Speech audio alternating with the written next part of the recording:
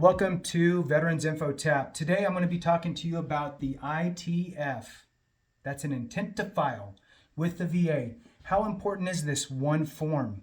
I'll tell you what, it could be worth $30,000 or $40,000 if you fill this form out.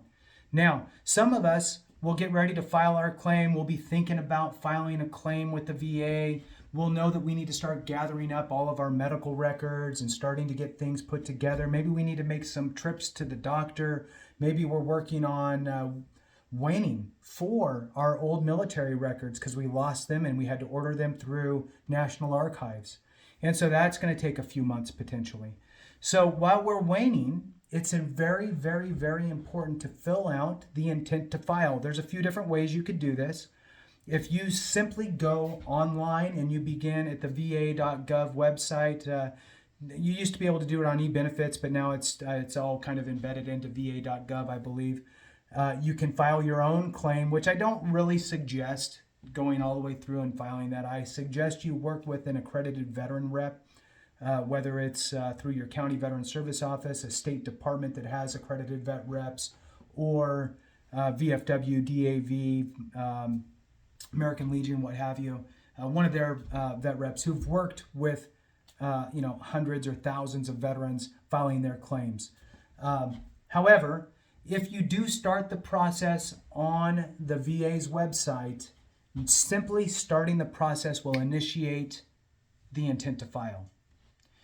Or you could print out the intent to file VA form and submit that to the VA, either fax or you can mail it in, or you can go to one of these accredited vet reps and they'll do it for you. Now, do you need to come with a whole bunch of information ready to go about your claim to do this? No. All you need is the thought that, hey, I'm planning on filing a claim and I need to do a little footwork before I get this claim filed. As soon as you know that you want to file a claim, you need to do this. Once you file that intent to file, what happens is the VA receives it and they essentially date mark your file and say, we received this intent to file on this date. Now, 12 months from now is what you have to file your claim.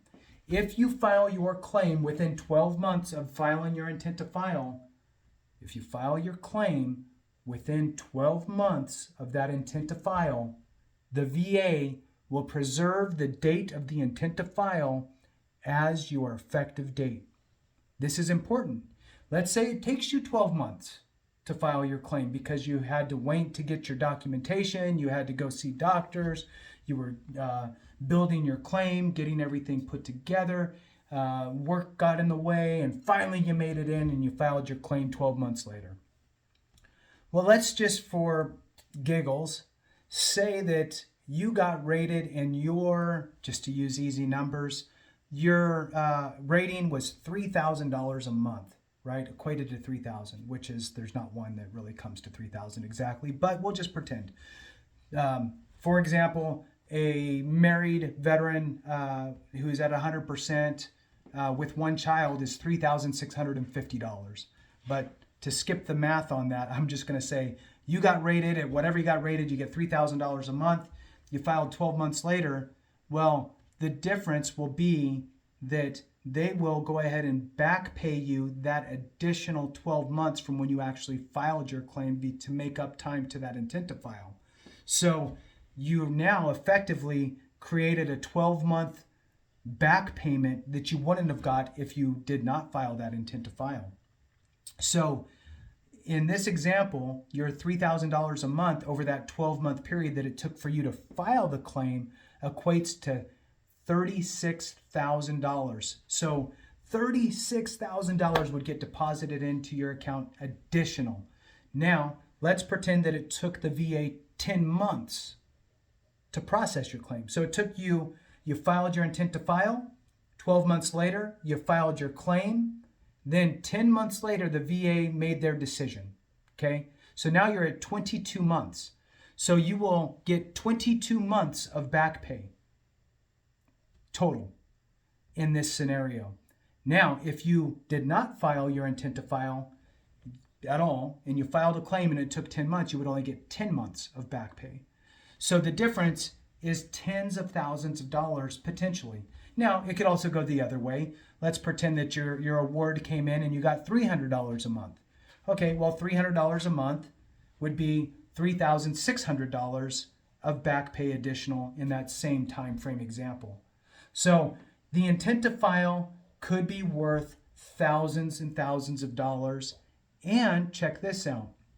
Let's say that you filed a very, very thorough, as the word, thorough packet to the VA for your claim. You had everything in there, you filed for all these different conditions, but the VA didn't like some of the stuff and they denied you on a few, or they gave you lower ratings on a few of the conditions. No worries, you're going to file an appeal. When you file that appeal within the appropriate time frame, it allows you the ability to preserve that effective date. So now let's say that your initial rating that they came back with was a 30%, but you file your appeal and now it goes through and the VA goes, you know what, you're right. Our bad. Instead of 30, we're going to give you 70. So now all of a sudden you're up to 70%. Well, they're going to go all the way back to that intent to file date and back pay you the difference. So those intent to files are huge, huge, huge, huge. In fact, I know a lot of people that once they're done with their VA claim, they throw in an intent to file just in case. Just in case something comes up that they want to file for, because they want to be prepared and not lose out on that money. So with that, at the end of the day, make sure you file that intent to file because it could literally be worth tens of thousands of dollars. And make sure you like my video, subscribe, share it with a friend, put a comment down below on anything that you want me to talk about. Happy to do so. And hey, if we don't take care of each other, something went wrong. Have a good one.